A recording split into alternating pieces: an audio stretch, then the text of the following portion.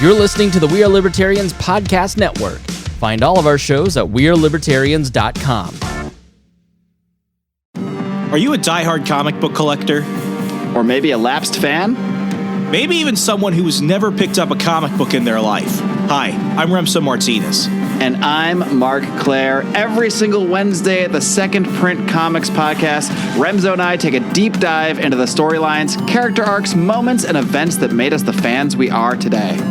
Tune in every Wednesday for new episodes available on iTunes, Stitcher, Google Play, and wherever else podcasts are available.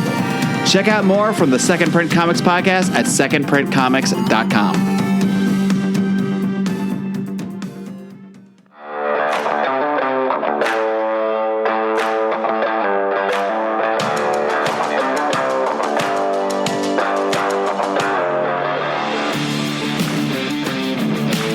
Prepare yourself. You're on the run with Remso W. Martinez.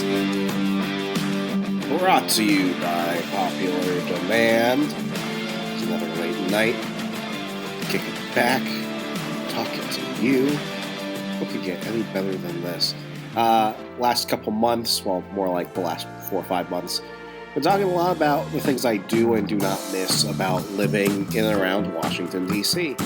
And I gotta say, there's one site that I'm kind of glad that I didn't learn about until after I left. It's called Overheard.DC. It's a Facebook page. I think they also have a Twitter account. I mainly follow the Twitter account. It's a page that basically has these people. Remember People of New York, where he used to be this photographer, like learning about like strangers and finding like amazing people and like crazy real world stories? Well, this is like that. Except the people of DC are like genuinely like not interesting and mostly terrible. So it's mainly just a group of people. I think it's user submitted, where you have people in and around Washington DC who are sending in quotes they hear out and about, overheard amongst their everyday life, that kind of give you a flavor of the city. Now I was talking to a friend of mine who, for years, always wanted to go and live and stay in D.C., and he moved around a lot the last couple of years. He found himself out in Kentucky, and he's been like, you know what, the more I go back to D.C. for work and stuff like that, and the more I realize that I was stupid for ever wanting to live there. And he realized that whenever he was there, he wasn't necessarily that happy, and that seems to be a trend. And then what you get is you get the opposite. I see people every day I know who have always wanted to go to D.C. and they finally get there. And then when they get there, they talk about how much they love it, and at the same time they bitch about like little first world problems, like all the scooters on the sidewalk and stuff like that. Which, by the way, all the Lime scooters and stuff like that, they are genuinely terrible. But it's like, oh, why are all the bars packed? Or, oh, why does it take more than 5 minutes to get an Uber? Like stupid first world shit. So about a month ago, I went on a Twitter rant, taking just a bunch of highlights from Overheard DC, and I was just kind of giving my reaction. Apparently, a lot of you liked that. I'm sorry, it's Overheard.Washingtondc. I better change that before somebody gets mad because I forgot the name for a moment. But yeah, it's Overheard.Washingtondc. I went ahead and reacted to it. It brought some laughs, and I needed content. So I thought, you know what I'm going to do? I'm going to go over and doom scroll Overheard Washington, D.C. for a little bit, and we're just going to give reactions. And I'll let you know up front as I was giving a quick peek. By the time this episode comes out, some of these things might be dated. Some of the references might seem old. But really, everything is only from the last couple of months. So that should just remind you how fast time flies, and how things that we really gave a shit about 1 minute really don't matter a week later, especially when the media goes ahead and is telling us what to be outraged about. So I'm going to go ahead and just scroll through these. I'll include the link to the Instagram page in the show notes.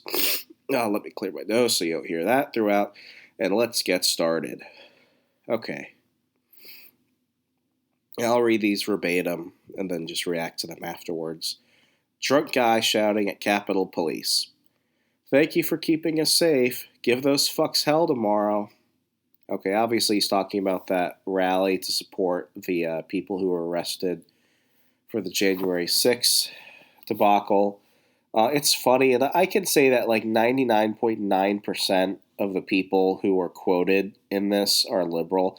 So I can assume that this guy is liberal. And I think it's so funny because he just changed the context. What if it was a right-wing person yelling that cops getting ready for a BLM riot? Because that's what most of them were, riots. And it just shows you how fast the defund the police crowd went to back the blue as soon as their temple of statism was attacked. How quick people change. How quick they change. Okay, friend one. Oh, by the way, I should let you know one thing. I love Wisconsin. It's been great here. But the one thing I learned the other day from a doctor was that apparently Wisconsin has the highest airborne mold count in the country. And I am experiencing that. So if you hear the sniffles, I apologize. Okay, friend one. Let's go to the 8th Street Festival on Saturday, but we have to avoid the right-wing rally at the Capitol. Friend 2, what time does the riot start? You see, this is the difference between liberals and conservatives. Conservatives fuck up one time, and they will never, ever be allowed to live it down. Whereas you could literally burn down half the country, and you could have a spree of mass murder and destruction in your wake, and it's still considered mostly peaceful. I don't find it as funny as some people do. Okay, next one. We have sent people to the moon, but we somehow can't figure out how to get the DC Metro to work properly. Yes, the DC Metro, held together, as one former engineer once told me, by duct tape, staples, and a prayer. What happens is the board, run by a whole bunch of people from Maryland, what they go ahead and do is they go ahead and take all your money, they spend it on a couple cosmetic updates, and then they go ahead and complain that they didn't have enough money, and then they go ahead and create a gift shop that sells you Metro-themed bullshit that you don't really need. And then they complain, because what the city and what the Metro have figured out is that they never actually intend on making it efficient, productive, safe, clean for people. All you have to do is just make sure you get the dead rats off the sidewalk sometimes and ensure that the stabbings don't happen often during rush hour.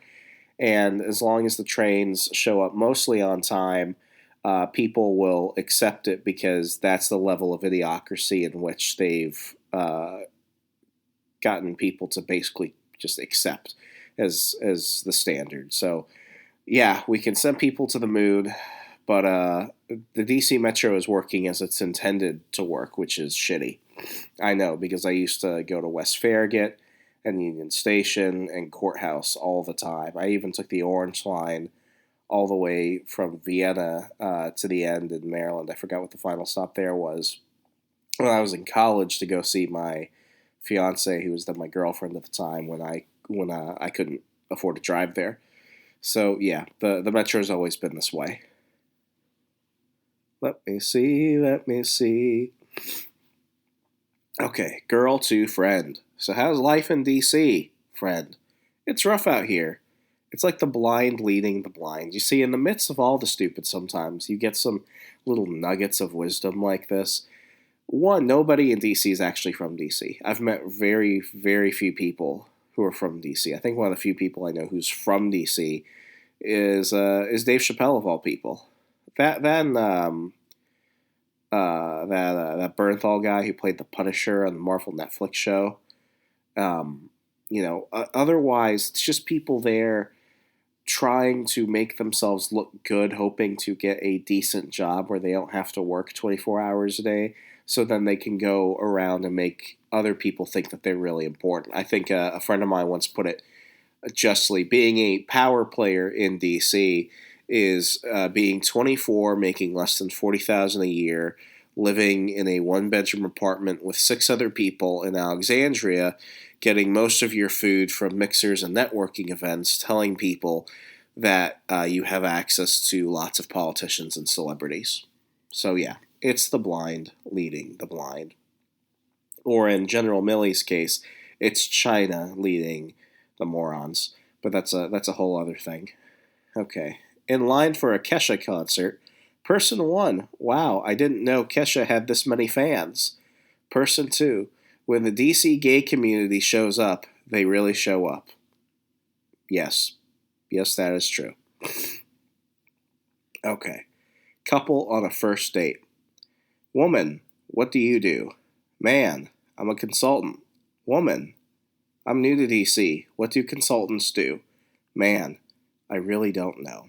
Okay, there are 3 types of consultants in DC. The consultants who actually can tell you what they do, and like your Deloitte guys, your federal contractors types. Those guys will quickly say, I work for this agency, and I'm usually tasked to an agency or department, and I help them cut costs and stuff like that. So those guys actually have a job. The second guys are the guys who are unemployed, but they can't tell you they're unemployed, so they just tell you they're consulting or freelancing or they're working with a few clients, but it's always very vague, and they try to move the topic. The third are your political consultants, who 9 times out of 10 are also unemployed. It's just that they work exclusively on campaigns. And their campaigns are purely based on who is running and what cycle. Most of the time I want to say they're from Virginia.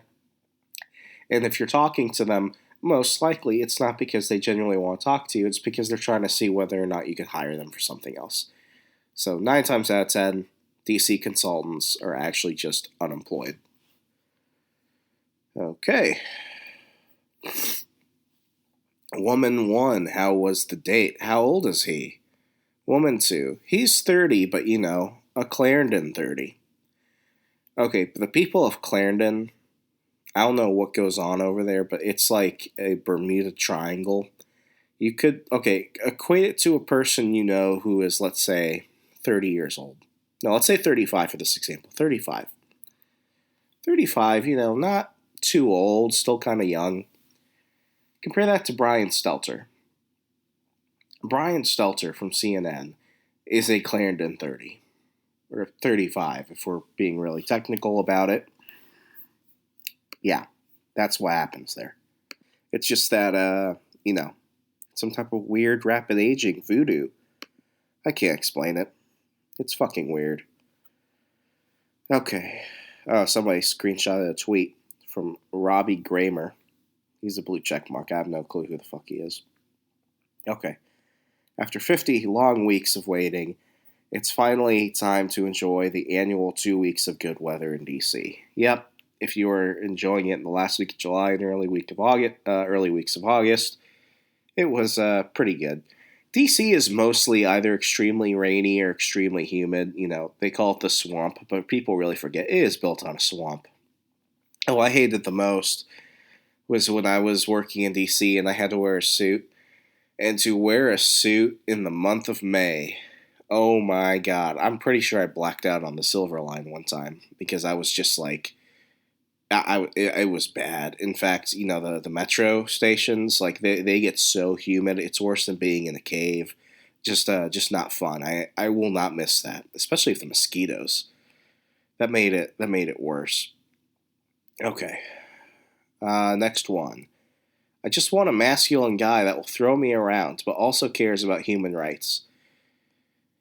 You see, she's just so picky because guys, I like to think that, there's obviously a liberal, but Republicans and Libertarians care about human rights.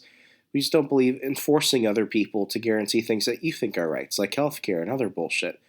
Take care of yourself, lady. You see, I'm a feminist, people. People might not think this about me, but I'm a feminist. And I think one day we'll actually have a real female president, not like Kamala. We'll have a real female president because I believe that women can fuck up the world just as much as men can. So, get off your high horse, ladies. Equality. Let's go down. Person 1, I'm in a perpetual state of exhaustion. Person 2, DC doesn't have statehood yet. You're in a perpetual territory of exhaustion. Yeah, I hope you people never become a state. The whole DC statehood thing, it's illogical, it's unconstitutional. It makes no sense, and it's not even advocating for taxation with representation. They do technically have representation, despite the fact that they keep saying they don't. It's a money laundering scheme for Mayor Bowser and her friends to go ahead and basically take more money from the district and to basically fund it towards all their fucking projects and little propaganda campaigns. in the offset, she just becomes even richer than she's already been able to make herself. In the best result, she becomes Governor Bowser, which is still horrifying. Either way, DC statehood, not funny, not sensical, if that's a word. We'll go with it. Okay, next one. Person 1. And I'm not crossing the Potomac River today. Person 2. Damn it. I knew I shouldn't have said the address. Yeah, I don't know what's with people because they think that crossing into Virginia is like this giant big deal. But most of the time, if you want to go to like a really good bar or restaurant, you've got to go to Crystal City or something. But, I will say that getting an Uber, you get surcharged a lot when you're going from D.C. into Virginia or vice versa. So maybe that has something to do with it. I could sympathize. Okay, guy on the phone. We just got 200 Afghans on a plane out of the country. The ones we've been working to get out of there for days now. I just want to cry now. Wow. Well, that's sad. If you had nothing to say about that, that's a serious one. Okay. Listening to the news, and they just described DC's weather as soupy. That's all I needed to hear to not go outside today. Yeah, I could get it. I remember one time I was walking to Shake Shack from the Hall of States, which is across the street from Union Station, to Shake Shack, which is in Union Station, to go ahead and pick up an order for myself and all the other interns. And it was probably not even 50 feet away across the street. And I just remember by the time I walked in and walked back out, my long sleeve shirt and brown khaki pants were just drenched. And it looked like I had just jumped in the pool with it. That is that soupy weather, because it was easily 100 degrees, 100% humidity. But in DC, because you're a guy, you've got to wear long sleeve clothes. Women can wear short flowy things. It's basically like they're wearing sheets. But they complain when you want to turn up the air conditioning. So if you're a guy in DC, I really do feel bad for you. I also feel bad for women in DC that have to wear heels. I've seen women burn twice the calories because they're trying to walk uphill or something in heels, or they're trying to get somewhere really fast in heels. Yeah, I feel like it goes both ways, but man, it really sucks for men there. Okay. Next one. Guy notices parking ticket on his car. And he replies, again? Fuck. The DC Parking Enforcement Department has the best run agency in the country. Yes, I can completely agree. They use that Park Mobile app thing. I remember that. And, it's pretty useful because it's around the country. But, if you don't go and immediately pay for it, I've been ticketed within, not registering my car within 10 minutes of going to a parking space. And they will tow you like it is nobody's business. DC Parking Enforcement, DC Traffic Police, they will, they're the only ones that actually do any type of real law enforcement, because it's all just a monetary scheme for the entire district. What they used to do when I was working at the Washington Times along the highway was they would end construction on the road, but what they would do is they would keep the traffic cameras up for weeks to months after the construction was over. So that way, as they got you with their cameras, they could say that you were speeding excessively in a construction zone. So they were generating millions and millions of dollars. And Fox 5 DC actually did a investigative report about it. And what they saw was that the city just basically admitted to scamming people, except nobody had the time or money or resources to want to go up against the mayor and the judges and everything else. So they were basically just bullied and intimidated to the point where enough people threatened to go around smashing those cameras that one day they just randomly disappeared. So shout out to Fox 5 DC. Next one. Hill staffer 1. We don't get paid enough to constantly have to deal with these active shooter and bomb threats. Hill staffer 2. I think we should get hazard pay for just having to be around Ted Cruz and Matt Gaetz. Okay, obviously another liberal. But this whole thing about active shooter and bomb threats, they act, and I'm not saying that, it's not a serious thing. Nobody should be threatened ever, but it's they act like this shit is happening all the time. What they're referring to is what happened in mid-August I actually flew into D.C. that day to go to AwesomeCon with my brother and my father, and that was when you had some guy go out and do it. He was basically threatening to do it, and like Capitol Hill police caught him. But like, notice how like no one ever talked about it again. I'm not saying it's a false flag. I'm just saying it was a really weird situation. So like, this whole woe is me. It's like, oh, shut up. Just really shut up.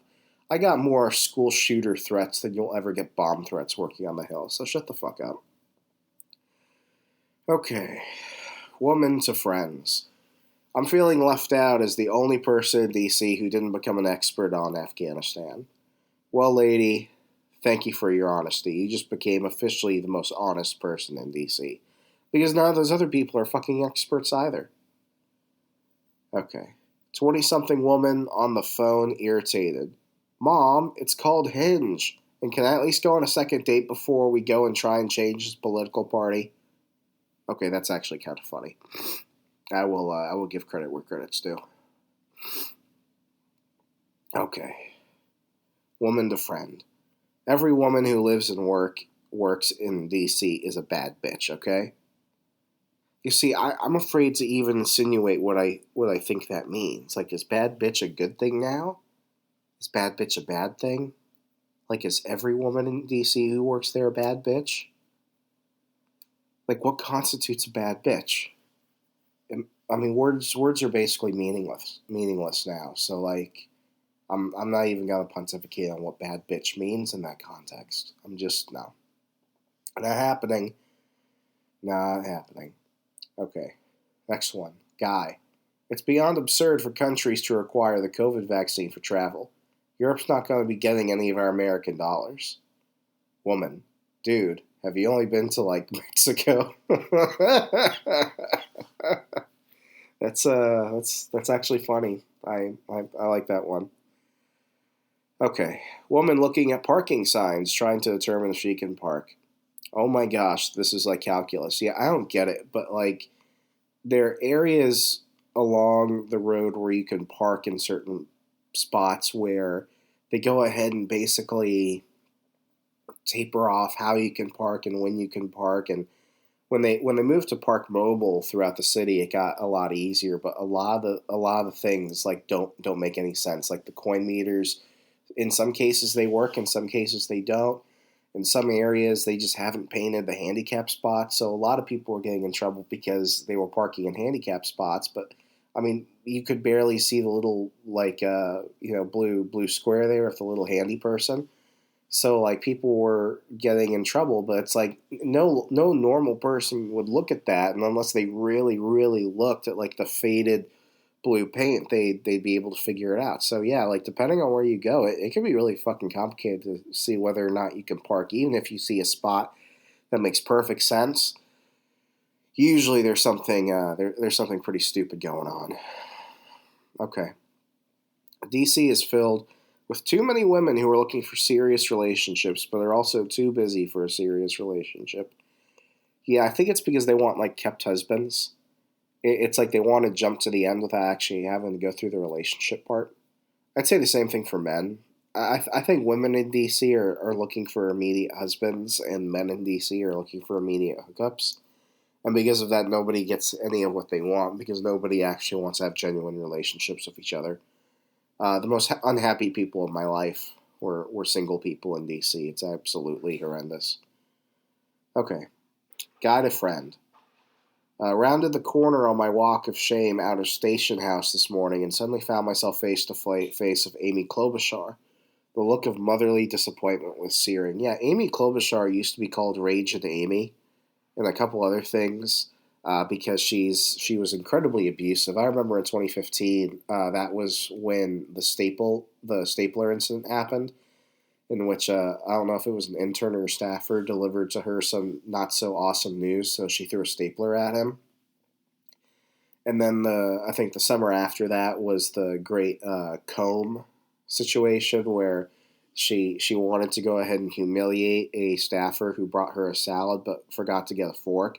So what she did was she made everyone stand around her to basically like shame him, but what she ended up doing was making herself look stupid. because what she ended up doing was she got a comb, I guess, and she used the comb as a fork to eat her salad, and she forced everyone to watch her eat a comb with her salad. So, yeah, like if you ever walk into Amy Klobuchar, and I've run into her. I ran into that woman who was in charge of the DNC, too. She was the congresswoman from Florida with the ramen noodle hair. I ran into her, and that lady looked scary as fuck, too. I forgot her name. She was head of the DNC, went on to be part of Hillary's campaign in 2016. Ramen noodle hair Florida Congress lady. That's the only description I care enough to find right now. I'm not going to Google it. Anyway, that bitch looks scary, too. I'd rather run into the spirit of La Llorona from the Conjuring films than ever run into that lady and Amy Klobuchar. It would be horrifying. And I get locked in haunted buildings on TV, so trust me, I know what scary is. Okay. Next one. She referred to the DMV area as Delaware, Maryland, Virginia. My soul exited my body. You see, that's one of those really funny things because, like, DMV, Beltway, and Nova, like, those are very, like, in and around D.C. terms. D.C. is obviously D.C., Maryland, Virginia. Beltway refers to all the major counties, including D.C. I'm sorry, all the major counties, circling D.C., including D.C., and then Nova is Fairfax, Prince William, and Arlington County. That's basically the People's Republic. That's where all the Stalinist policies that affect the rest of the Commonwealth of Virginia come through to fuck up the rest of the state. So yeah, it's funny when I would say, I'm from the DMV area or I'm from Nova or something. If you're not talking to somebody who knows what that is, people will look at you like, what the fuck are you talking about? Is that like another country? Funny stuff. Woman passing group of peoples with Nationals hats. Why is everyone here obsessed with Walgreens? I was talking to my boss about it at work. Nobody who's lived in D.C. for more than 5-10 years is really a Nationals fan or a Redskins fan. I know they're the Washington football team now, but fuck it, they'll be the Redskins again one day. It used to be before the Nationals and the Redskins. Well, yeah, I mean, before the Redskins too. If you were in D.C. or Virginia, your teams were the Orioles or the Ravens. And then when the Redskins came around, that changed things. And then when the Nationals came around, that became a new thing for new people to D.C. to adopt. So you can tell, if somebody's really a hardcore Nationals fan, they've moved to D.C. and they think that's what you have to be. Therefore, they're going to adopt that team with all their heart out. Yeah, they went to a championship a few years ago, but nobody really likes them. Nobody even really likes their park. I know more people in D.C. who say they're a Nationals fan but have never seen a Nationals game, but they've gone to see the congressional baseball game every year. So, I will never be a Nationals fan. I'll never be a Redskins fan. It will always be the Orioles and the Ravens for me because I'm a real American. Fuck yeah. Okay, next one. Guy shouting out from his car window, "Yo, Maryland driver, yes you, don't be coming to D.C. when you can't drive." You see, that's the thing, though. D.C. drivers think that Maryland drivers are the worst, and Maryland drivers think that D.C. drivers are the worst. But having learned to drive and growing up in Virginia, D.C. drivers and Maryland drivers are almost indistinguishable. They're actually probably, I'd say they're not as bad as Wisconsin. Wisconsin drivers are pretty horrible around Milwaukee. But yeah, the D.C. drivers and the Maryland drivers, talk shit all you want about each other, but you're the same. I mean, if anything, D.C. is just Southern Maryland anyway. Well, guys, I think I'm going to actually stop it here tonight. This was a quick episode, easy episode, but, it really kind of puts things in perspective for me. And the one thing that I've been enjoying talking about on Twitter has just been kind of the comparisons and stuff like that between Wisconsin and the DMV, Beltway, Nova, all that shit.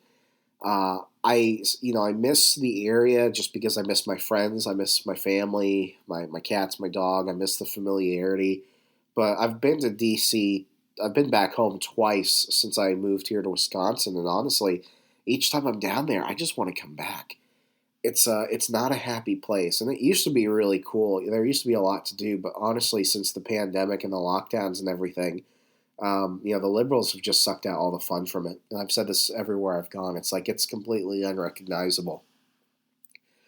So if you're not in D.C. and you think, oh, one day I'm going to, really hit my stride and end up in D.C. one day, like literally go do something else. Like pet a dog, smoke a joint, go see a movie, play some golf, go on a walk, take a nap. Like literally do anything, because there's nothing to be gained out of D.C. other than disappointment and depression and sometimes, functional alcoholism. So take it from me. Sometimes it's better just to move on and laugh at the people who are making bad decisions.